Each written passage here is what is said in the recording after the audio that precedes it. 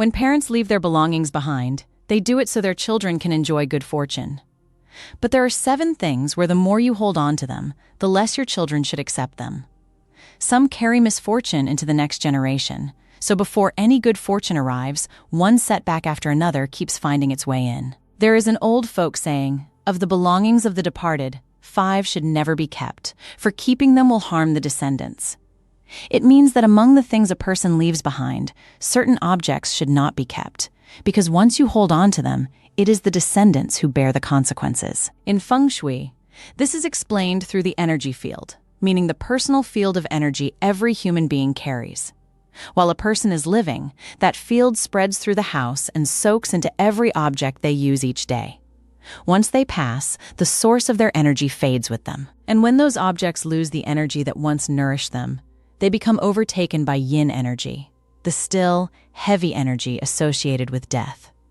Once the yin grows strong, the life energy in the home begins to drain away with it.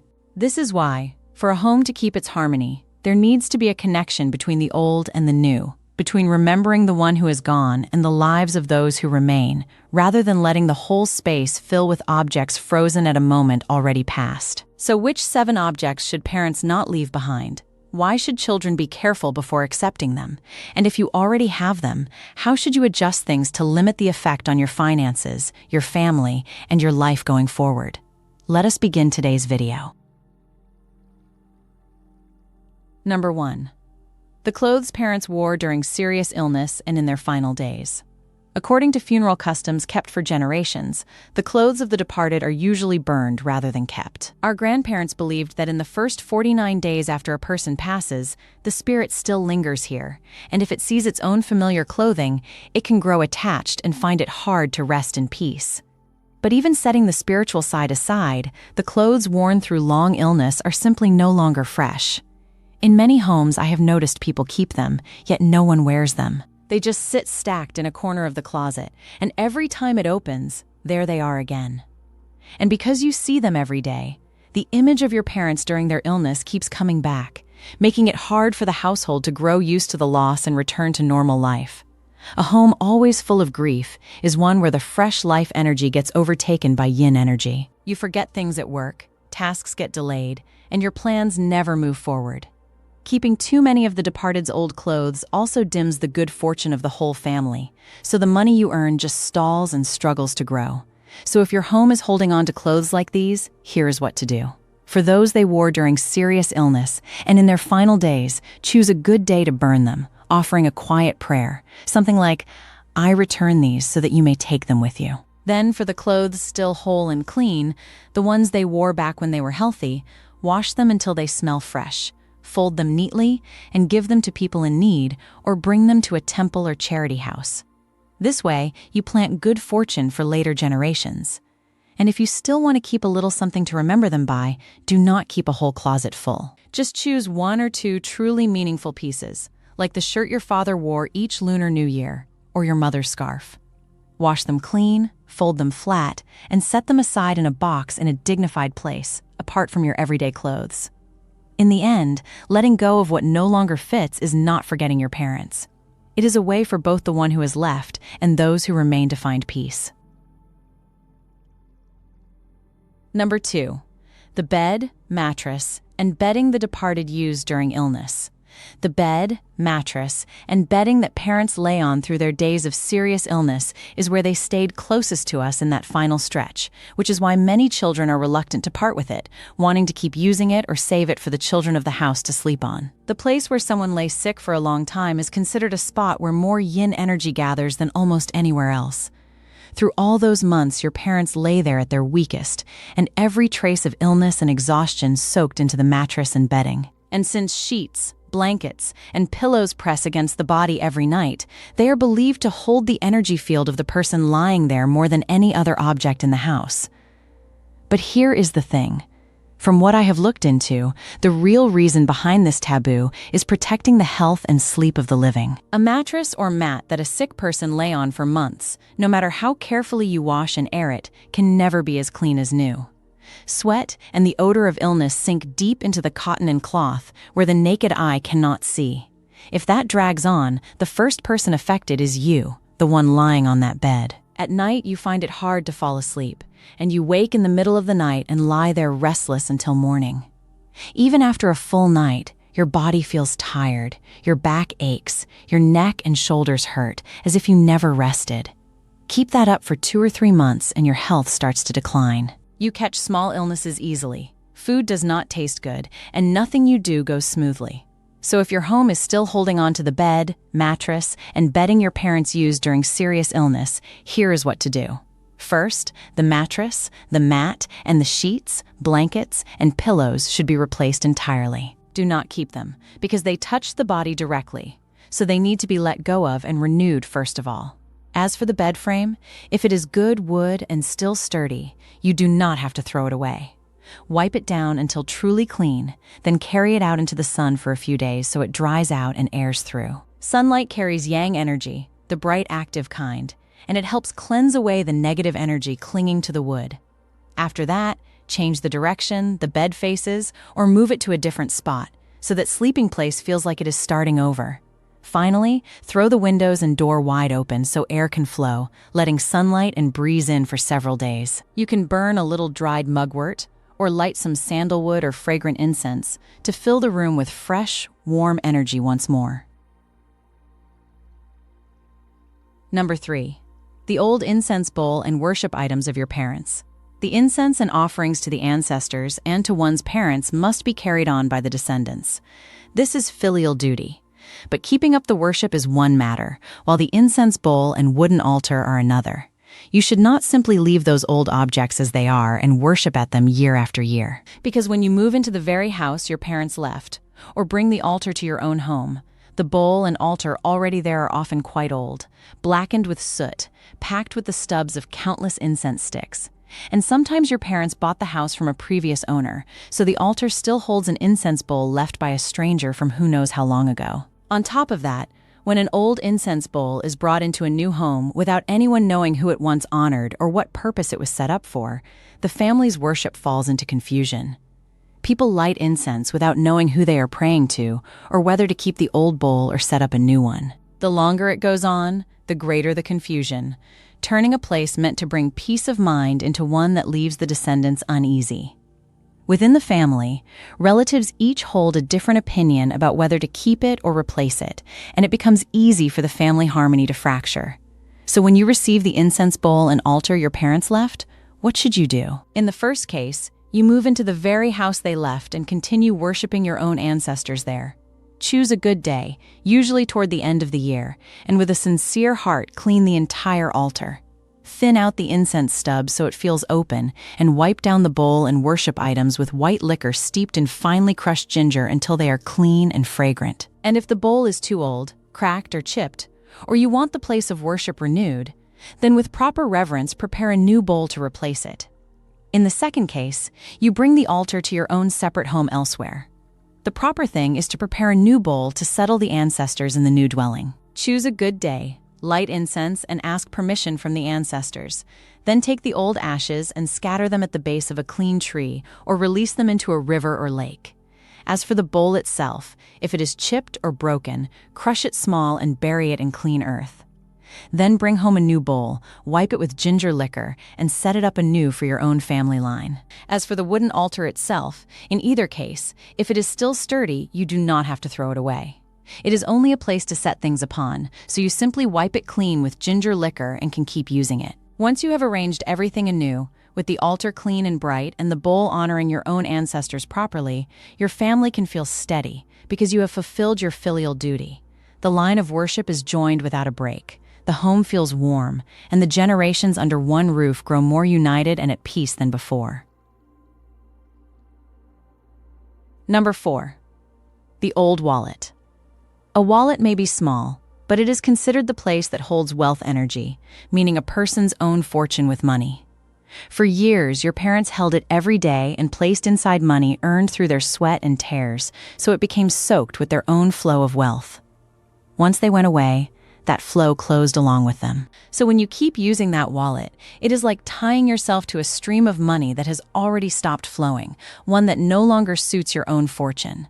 And from that point on, your own money matters can run into trouble. The money you earn tends to leak away on expenses that were not worth it, and you cannot set aside a decent sum. For some people, no sooner is one expense handled than another shortfall shows up, as if money keeps slipping away. So you should not use that old wallet as your everyday one. As for any money or documents inside it, take them out to use and keep as normal, because money itself is nothing to be superstitious about. If the wallet is expensive or tied to a memory of your parents you want to keep, wipe it clean and set it aside in a place of honor. Treat it as a keepsake. After that, buy yourself a new wallet. When you first get it, place a large bill inside and let it sit undisturbed, like seed money, carrying the meaning that the wallet is always full and money is being called home. And while you use it, keep it tidy. Take out the old receipts, scraps of paper, photo cards, and jangling keys, so they do not crowd out the place where the money sits. Only when the wallet is tidy does your money have somewhere to stay. But if it is a wallet your parents gave you as a gift, one you have already used for a long time yourself, then that is different. Go ahead and use it as usual, because it already carries your own wealth energy. Number 5. The antique clock. This antique clock, in many homes, is usually placed or hung right inside the parents' own room, where they rested each day. It stood there and passed through time alongside them across all those final years. So when parents pass on, that clock still remains in the old room. And many families leave it exactly as it was, to keep a bit of the warmth of the one who is gone. But an antique clock is mostly the kind that runs on a spring or mechanical movement, the kind you have to wind regularly. While the parents were alive, someone wound it and set the time every day, so it ticked steadily. Once they passed, no one touched it, so the clock ran through its final turns and slowly died, the hands stopping right around the time the parents departed. And then the children, out of love and longing, are all the more unwilling to reset it, so they leave the clock standing dead at that exact moment, year after year. A clock is considered an image of the flow of time moving on, of the life inside a home. As long as the hands still turn and the ticking still sounds, the house still has fresh, living energy. But a clock standing dead inside the room of the departed, stopped at that very hour of sorrow, becomes a mournful image instead, as though the whole house has been frozen, held back forever at the moment of loss. And that affects you and your loved ones a great deal. Every time you step into that old room and see the hands standing still, the pain returns whole, keeping you circling in grief that never eases. That standstill spreads through the whole house, so the work that needs doing keeps getting put off, and the plans you have nurtured never get started. So if you want the clock to keep living alongside the family, let it run again. Reset it to the correct current time, so the hands turn and the ticking sounds again, and move it out to hang in the living room or a shared space where people come and go, rather than hidden in the old room. Once the clock keeps the correct time again, it no longer holds your house back in the past. Instead, it moves forward with the family, and at that point, it becomes a treasured keepsake, a beautiful part of what your parents left behind. And if the clock is truly broken and can never run again, but you still want to keep it, take it down, wipe it clean, wrap it carefully, and store it in a place of honor, cherished like a sacred keepsake. That way the memory of your parents stays whole, while your family's work can go smoothly and grow steadily over the long run. Number 6. Jewelry, bracelets, and necklaces of unclear origin. Of all the things parents leave behind, jewelry is tied to the most memories. The jade bracelet your mother wore for decades, the necklace your father saved for years to buy. The children keep them and wear them to remember. The pieces you know for certain where your parents got them, and that they wore for years, are precious keepsakes, and you should cherish them. But alongside those, there are also pieces of unclear origin whose history even you do not know. You have no idea where your parents bought them, who gave them, or how many hands they passed through before reaching your parents. It is precisely these that you should pay attention to.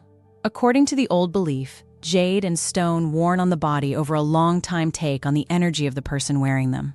Whether that person prospered or declined, was healthy or ill, well off or in debt, all of it leaves some trace in the object. And a bracelet that has passed through a stranger's hands, which you now put on, if by some misfortune the previous owner spent a lifetime failing in business, plagued by illness after illness, then that bad energy is believed to travel through the object to the new wearer, dragging along a decline in money and health. On top of that, with items of unclear origin, it is hard to tell real from fake. Many things gleam like jade or gold, but are really dyed stone or impure metal. And in feng shui, only genuine jade and stone can nourish good, wholesome energy when you wear them. Fake pieces produce no prosperous energy at all, and instead carry a muddled, tainted energy. So when you wear them, you sleep poorly at night and wake without the spirit and clarity of mind to get your work done. So with a piece whose history is unclear, before you wear it, cleanse it first. Mix a basin of light salt water and soak the piece for about 1 night. Come morning, rinse it clean and let it dry completely. After that, set it out in the sun before 9 in the morning for an hour or 2, so the sunlight airs away the old energy. Then pass it once through the smoke of sandalwood or incense as a way of giving it fresh new energy. If it is a valuable piece, real gold or real jade, bring it to a trusted place and ask someone knowledgeable whether it is genuine, then hold a consecration ceremony to cleanse it anew, so the piece accepts you as its new owner. From then on, it can help protect your destiny and keep your life running smoothly and favorably. Number 7. Withered, dried up potted plants. Out in the yard, on the porch, or on the balcony, many parents in their lifetime kept a few pots of plants or flowers that they tended every day, watering and trimming them. As long as those plants stayed green and healthy, they carried the sign of life energy, of life growing and multiplying, bringing prosperous energy to your whole family. It is only when parents go away, and no one is left to care for them, that those plants slowly wither, dry out, and stand dead in their pots, and begin to carry a stagnant, trapped energy that flows into your house.